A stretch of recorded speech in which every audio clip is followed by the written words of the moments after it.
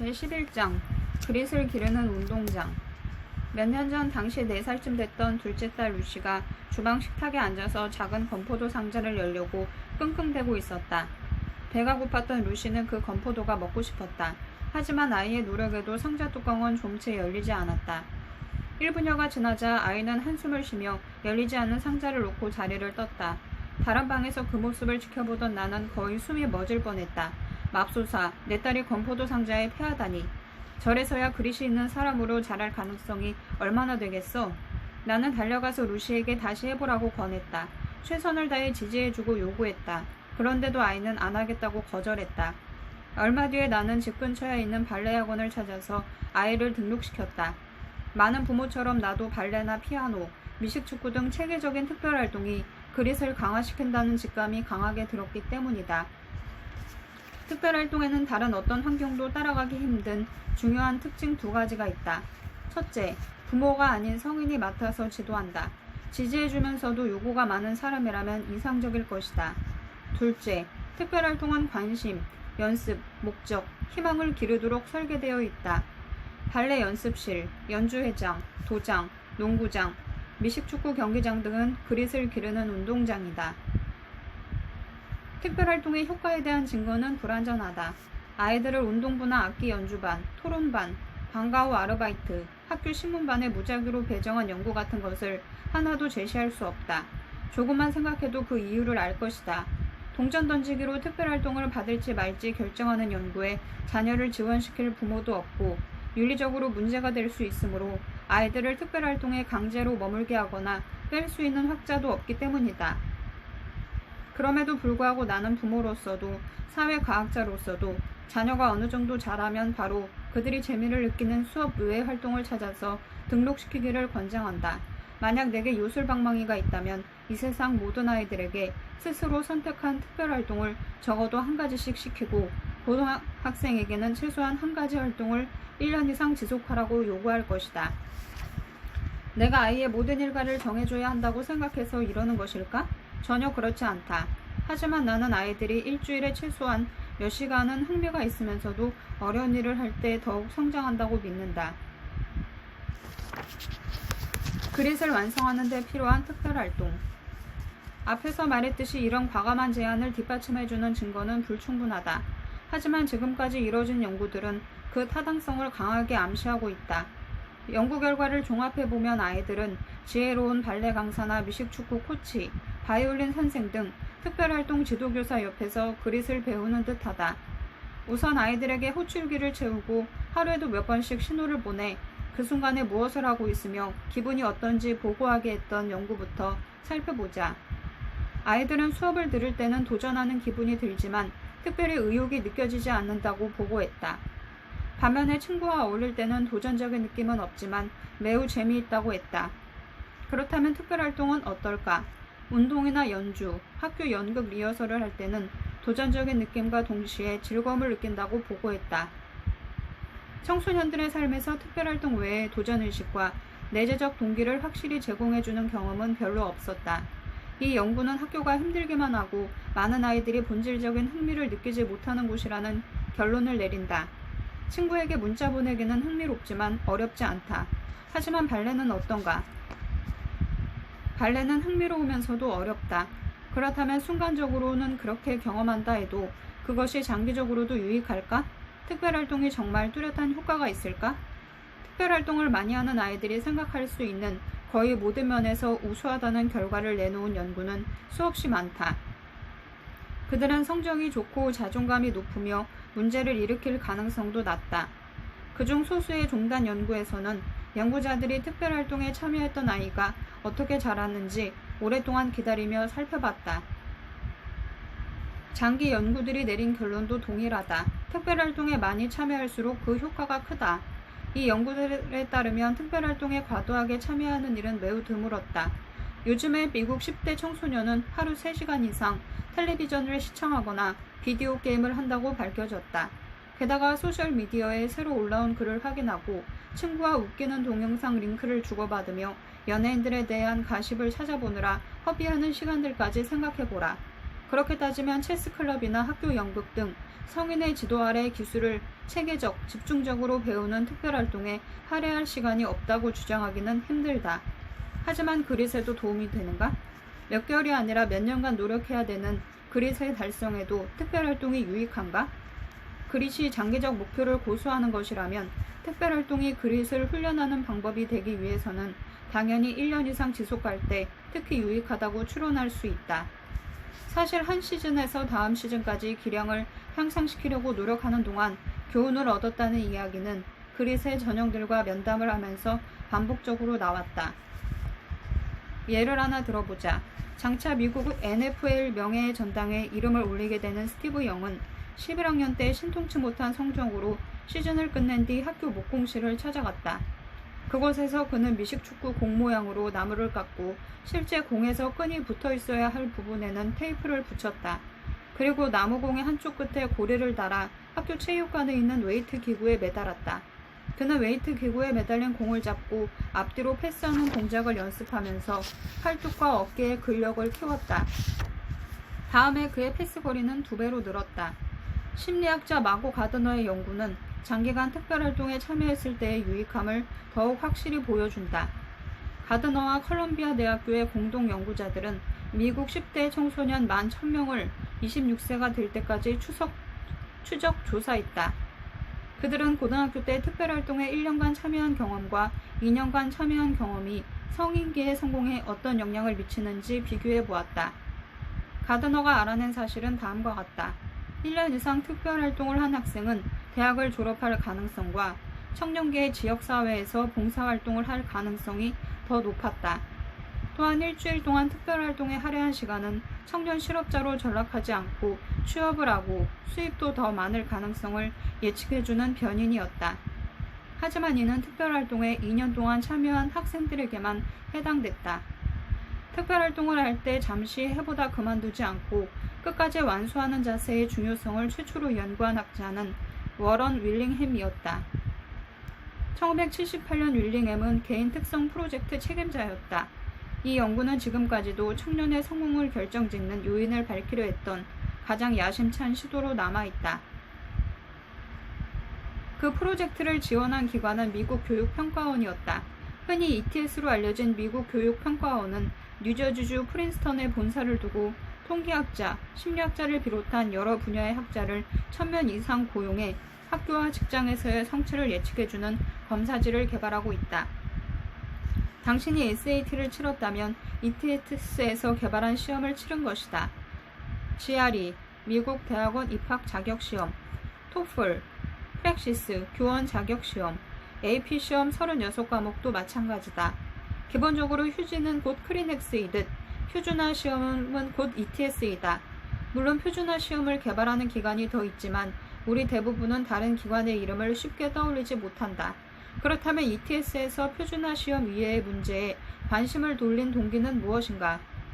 윌링햄과 ETS의 다른 학자들은 고등학교 성적과 표준화 시험 점수가 미래의 성공을 그리 정확하게 예측하지 못한다는 사실을 누구보다 잘 알고 있었다.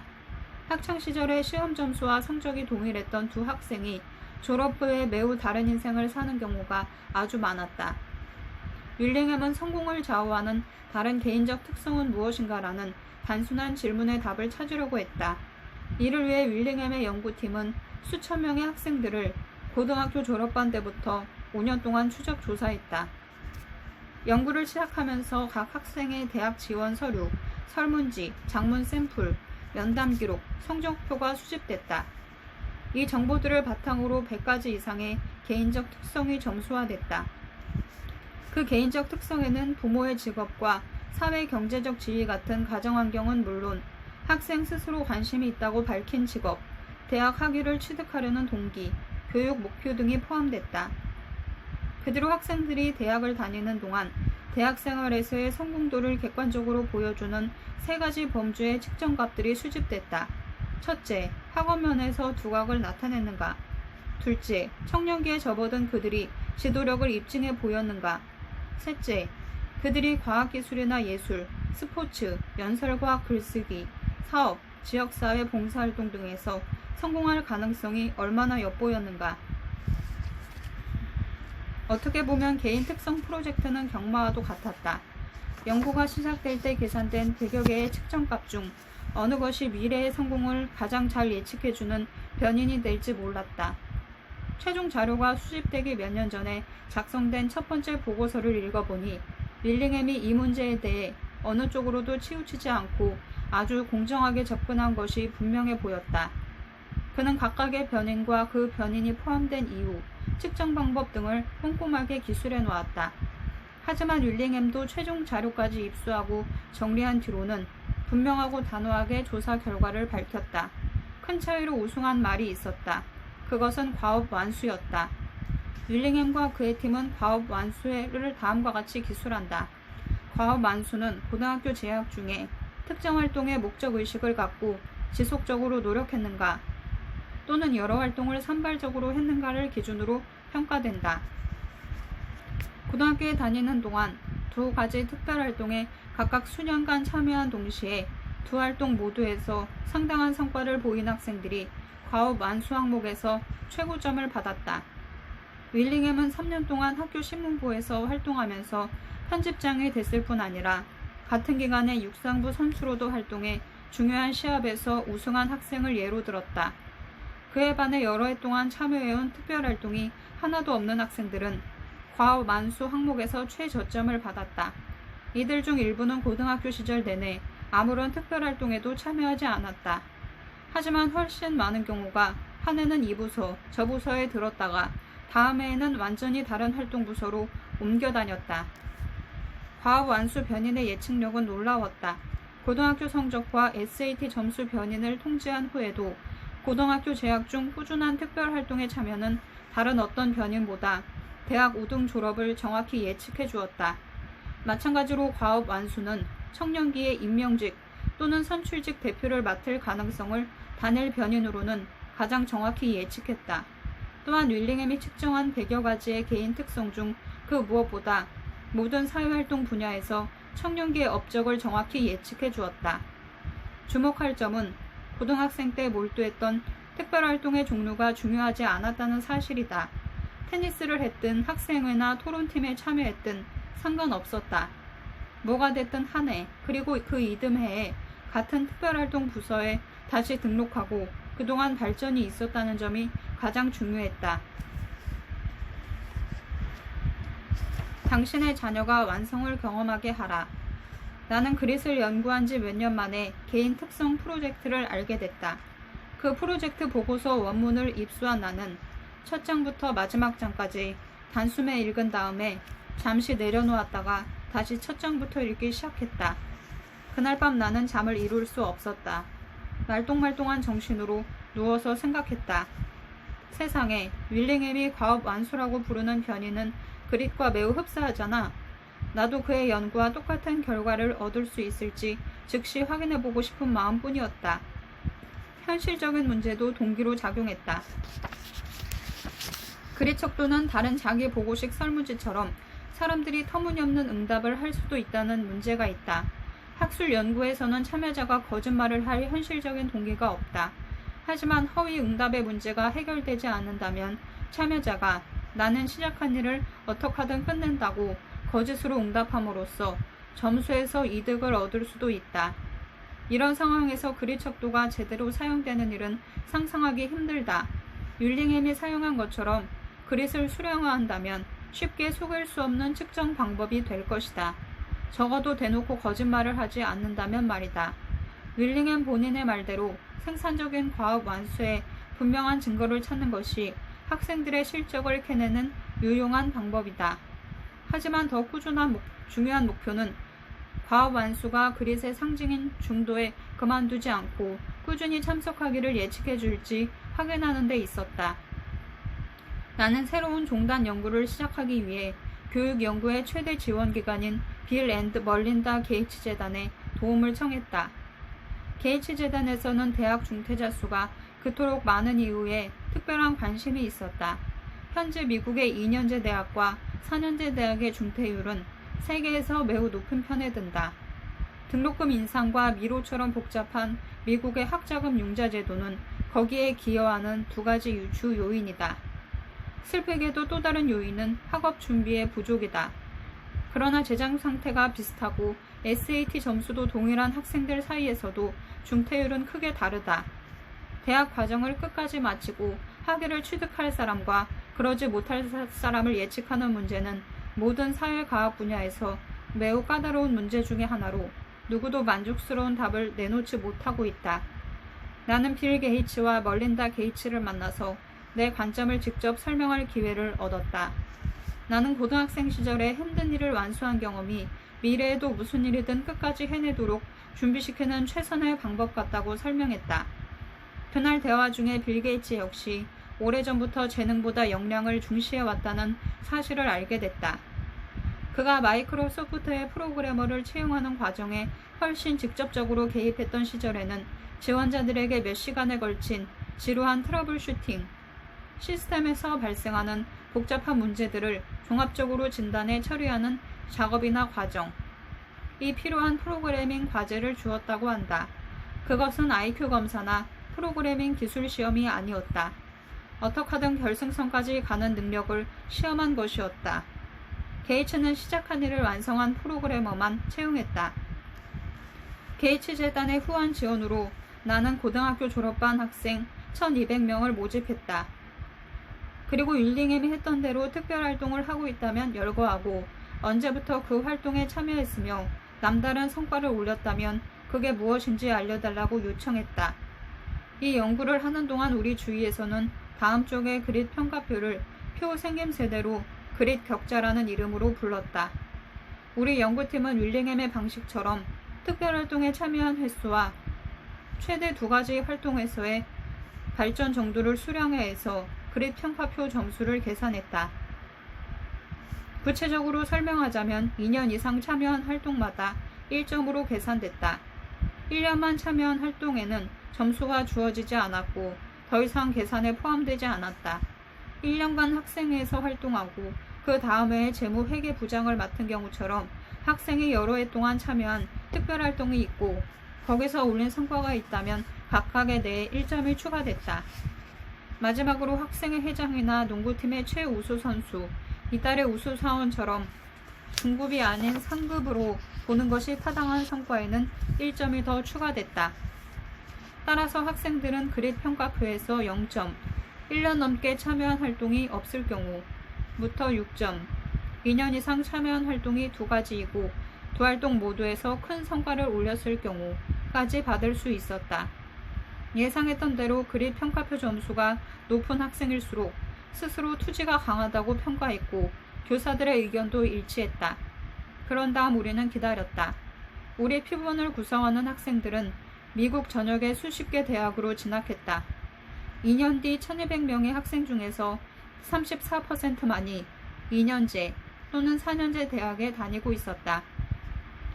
우리가 예상했던 대로 학교를 계속 다닐 확률은 그릿 평가표 점수에 따라 큰 차이가 있었다. 점수가 6점 만점에 6점이었던 학생들은 69%가 계속 대학에 다니고 있었다.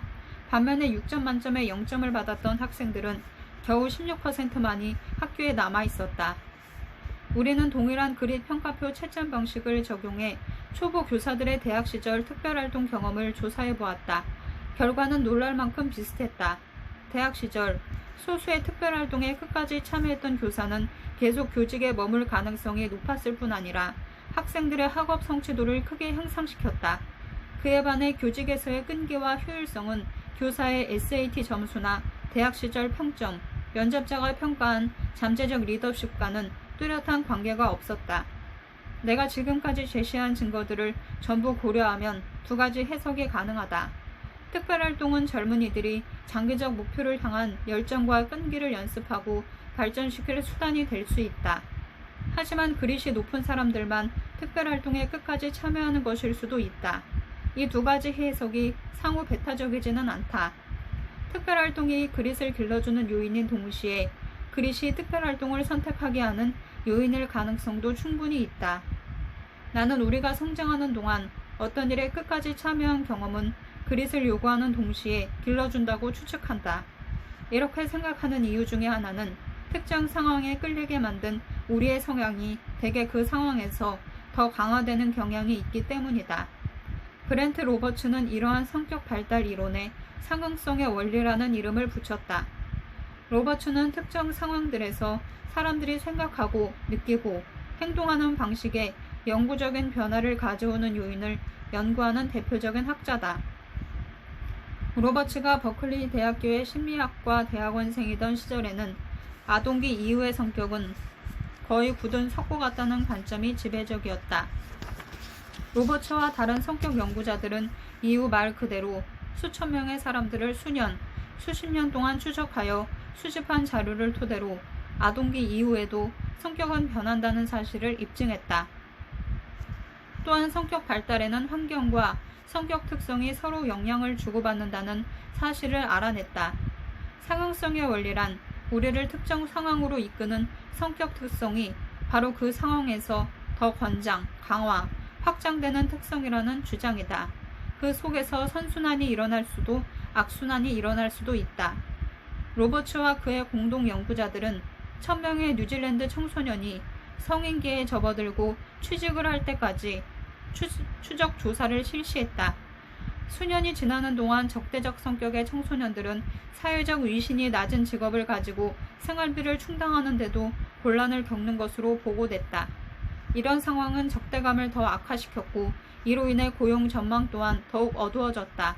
반면에 원만한 성격을 가진 청소년들은 심리 발달의 선순환을 경험했다. 성격 좋은 이 청소년들은 경제적 안정을 제공하는 일자리를 확보했고 그 결과 그들의 사교적인 성향은 더 강화됐다.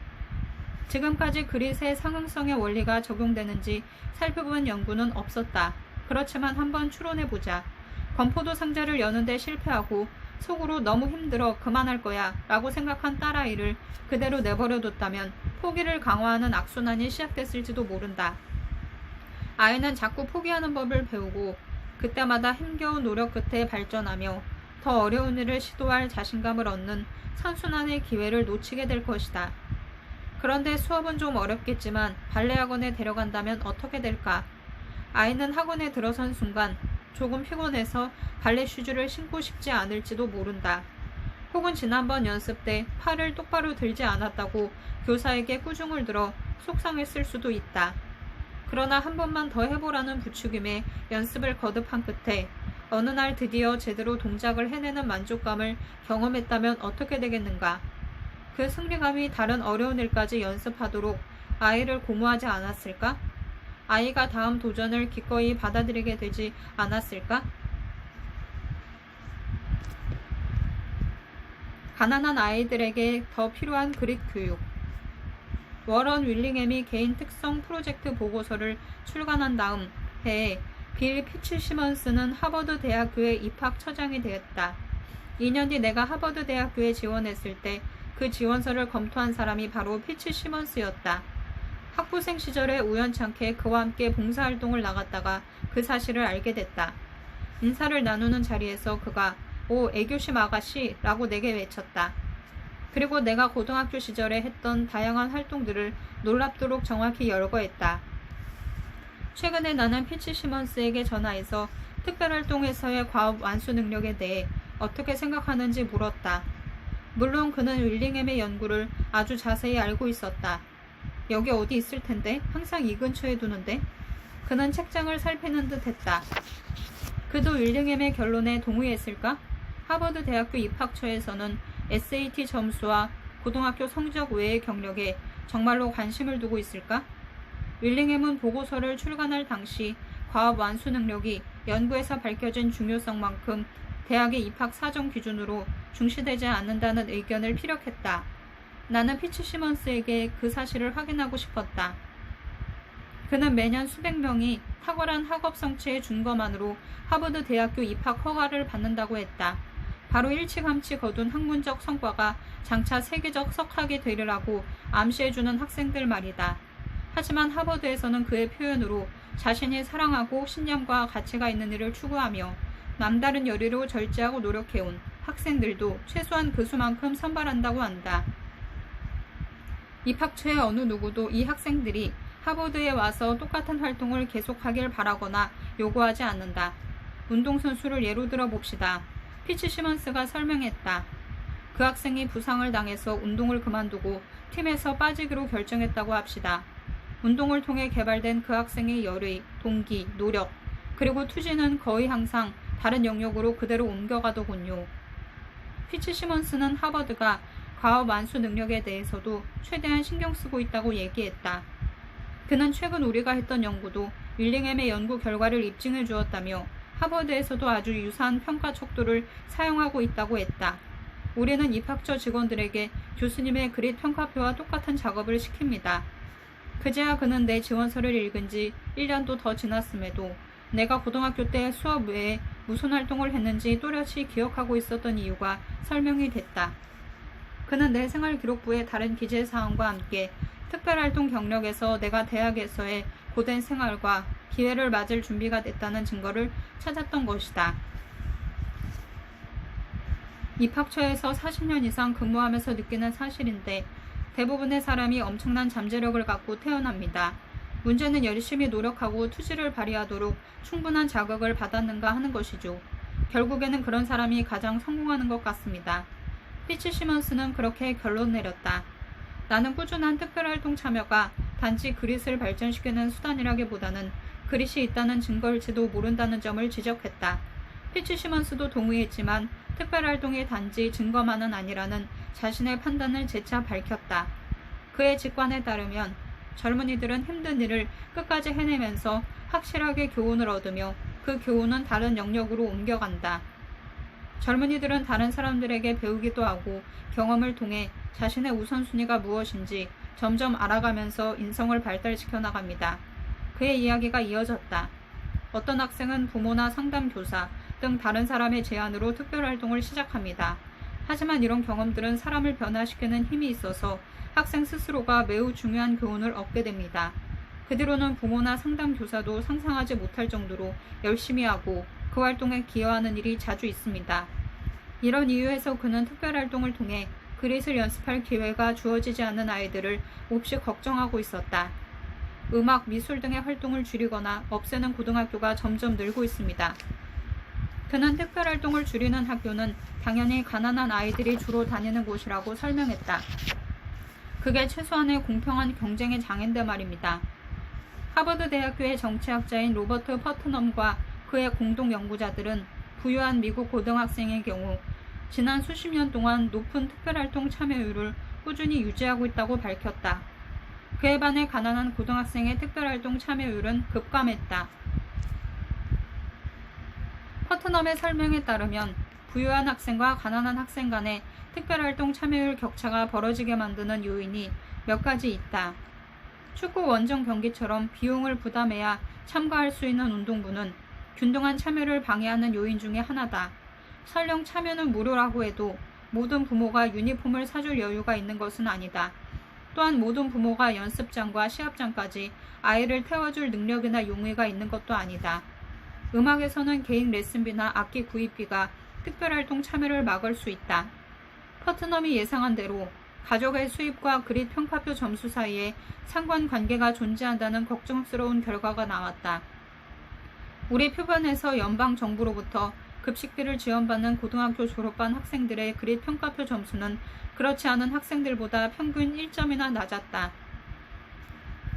로버트 퍼트넘처럼 제프리 캐나다도 하버드 대학교 출신의 사회과학자다. 캐나다는 더없이 투지가 강한 사람이다. 그는 빈곤한 가정에서 성장하는 아이들이 자신의 잠재력을 실현하도록 돕는 일에 열정을 갖고 있다. 캐나다는 최근에 유명인사가 다 됐지만 사실 그는 수십 년간 뒤에서 할렘 칠드런스 존이라는 뉴욕시의 대안교육 프로그램 대표로 묵묵히 애써왔다. 현재 최초 졸업생들은 대학에 진학했으며 이 프로그램의 대단히 포괄적인 접근법과 성공 결과가 전국에서 크게 주목받고 있다. 몇 년 전 캐나다가 졸업식 축사를 하러 펜실베이니아 대학교에 왔다. 나는 그의 바쁜 일정에도 개인적으로 만날 시간을 끼워 넣을 수 있었다. 시간이 얼마 없었으므로 단도직입적으로 물었다. 대표님은 사회과학 쪽을 전공하신 것으로 알고 있습니다. 내가 말을 시작했다. 우리 교육계에는 증거가 무수히 많은데도 실행하지 않는 일도 있고 아무런 증거가 없는데도 실행하는 일도 있습니다. 하지만 대표님이 목격하고 실천해온 일들로 비추어 볼 때 아이들을 빈곤에서 벗어나게 해줄 방법은 진짜로 뭐라고 생각하는지 알고 싶습니다. 캐나다는 앉은 자리에서 몸을 앞으로 기울이며 기도라도 하려는 것처럼 손을 맞잡았다. 솔직하게 말씀드리죠. 저는 자식이 넷입니다. 그리고 제 자식이 아닌 아이들이 성장하는 모습도 수없이 봐왔습니다. 무작위 배정 이중 맹검법, 환자와 의사 양쪽의 치료용 약과 가짜 약의 구별을 알리지 않고 제3자인 판정자만이 그 구별을 알고 있는 약효의 검정법으로 증명하지는 못하더라도 가난한 아이들이 뭐가 필요한지는 말씀드릴 수 있습니다. 교수님이나 제가 우리 자식들에게 주는 모든 것이 그 아이들에게도 필요합니다. 가난한 아이들에게 필요한 것은 아주 많습니다. 하지만 제대로 된 아동기가 필요하다는 말로 요약할 수 있겠네요. 1년쯤 뒤 캐나다가 TED 강연을 하던 날 나는 운 좋게도 방청석에 앉아 있었다. 캐나다는 유치원 교육과 여름방학 기간의 학력 신장 활동 등 할렘 칠드런스 존에서 운영해온 프로그램들을 확실한 과학적 증거를 기반으로 하고 있다고 설명했다. 하지만 지출을 정당화해줄 과학적 증거가 충분하지 않은데도 운영하는 프로그램이 한 가지 있는데 그것이 바로 특별활동이라고 했다. 왜인 줄 아십니까? 그가 물었다. 제가 아이들을 정말 좋아하기 때문입니다. 청중들이 웃었지만 그는 이 말을 되풀이했다. 저는 정말 아이들을 좋아합니다. 아이가 무용강습을 받으면 대수학을 잘하게 된다는 MIT 연구 결과를 뉴스 기사에서 읽은 적은 없을 겁니다. 그가 말했다. 하지만 우리가 아이에게 무용강습을 받게 해줬을 때 그 애가 수업에 가고 싶어하는 모습을 보면 큰 기쁨과 보람을 느끼게 될 것입니다.